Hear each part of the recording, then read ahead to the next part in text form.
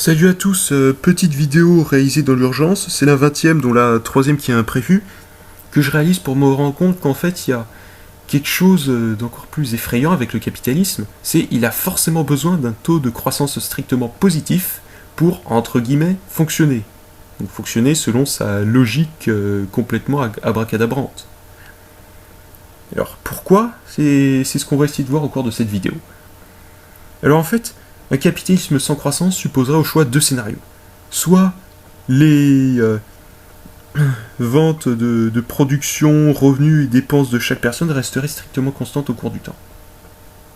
Soit certains gagneraient plus tandis que d'autres gagneraient moins. Vous en doutez, le premier scénario, tout reste constant, tout le temps, c'est improbable. C'est le second qui va se réaliser. Certains vont gagner plus pendant que d'autres vont gagner moins. Là, vous allez me dire, oui, mais c'est pas grave. Il y en a certains qui gagneront plus, puis qui gagneront moins, d'autres qui gagneront moins, puis qui gagneront plus, et au final, ça s'équilibrera. Hop, hop, hop, hop, hop. Première objection.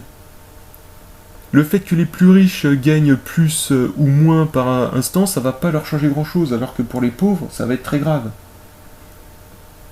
Puis là, vous allez me dire, oui, mais on n'a qu'à faire en sorte que chacun accepte, le cas échéant, des baisses de revenus en fonction de ses propres moyens, c'est-à-dire que les plus riches vont accepter de gagner moins pour sauver les revenus des plus pauvres.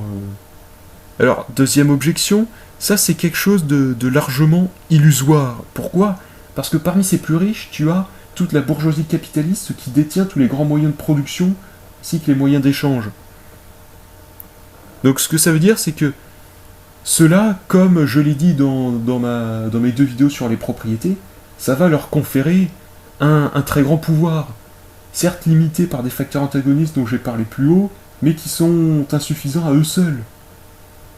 Ce pouvoir leur permettra, via la propriété lucrative de tous ces moyens de production, d'avoir le contrôle sur la distribution du profit de ces moyens de production. Ce qui leur permettra bien sûr de s'en arroger une grosse part. Cela signifie en fait qu'en cas de baisse des revenus de leurs moyens de production, eh ben, ils auront tendance à se réserver toujours une part importante et à baisser d'abord la part de tous les salariés. Baisser la part soit de l'investissement dans la force productive, donc dans C, ou alors la part des salaires. Donc ça signifie qu'en fait, un capitalisme sans croissance, les plus riches, en cas de perte, ils essaieraient de limiter les pertes pour eux, mais les plus pauvres boiraient la tasse. Et ça, qu'est-ce que ça veut dire?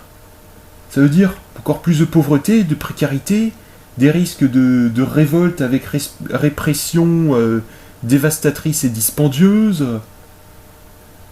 Parce que voilà, les gens, comme ils se retrouvent encore plus pauvres, tandis que d'autres vont être super riches, ils vont continuer à demander leur part du gâteau. Il y aura fracture sociale entre ceux qui perdent en revenus et ceux qui gagnent. Et du coup, qu'est-ce que ça veut dire? Ça veut dire que quand il n'y a pas de croissance, on se retrouve à devoir composer avec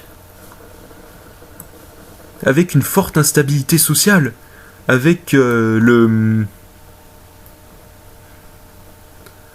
doublon de la hausse de précarité et de la baisse de la cohésion sociale. Donc ça, c'est quelque chose de très grave.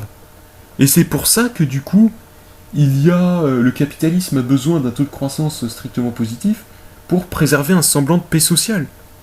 Un semblant, bien sûr. Or voilà, qu'est-ce que ça signifie? Taux de croissance strictement positif, ça signifie le PIB monte, on produit toujours plus.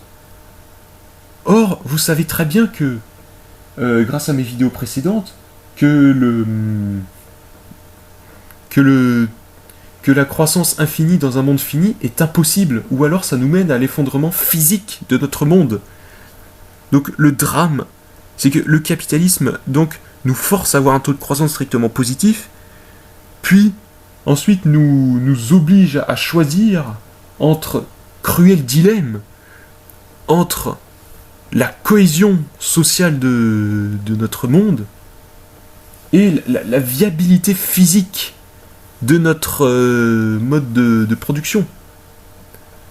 Ça signifie qu'en fait, avec le capitalisme, on a le choix entre les fractures sociales multiples accompagnées d'autoritarisme, de révolte, etc. et le pandémonium de l'effondrement physique de notre monde. Donc c'est là qu'on voit que le capitalisme, que sa logique absurde, nous mène vers un aiguillage qui nous permet de choisir entre deux voies qui mènent toutes deux à des précipices. Certes, entre les deux, on pourrait dire qu'un effondrement social est entre guillemets moins grave qu'un effondrement physique, parce que l'effondrement physique, on a vraiment une fois qu'il se déroule, on ne peut pas vraiment pas s'en sortir, tandis que l'effondrement social, alors social c'est pas physique, donc c'est plus souple, plusieurs pistes de solutions. Certes, on pourrait dire ça, mais dans les deux cas, ça reste catastrophique. Il vaut mieux sortir du capitalisme pour ne plus dépendre de la croissance. Oui, entre pour échapper au dilemme de ces deux solutions macabres, il faut prendre la solution numéro 3, sortir du capitalisme. Sur ce, je crois qu'on va pouvoir cette fois vraiment conclure. Au revoir.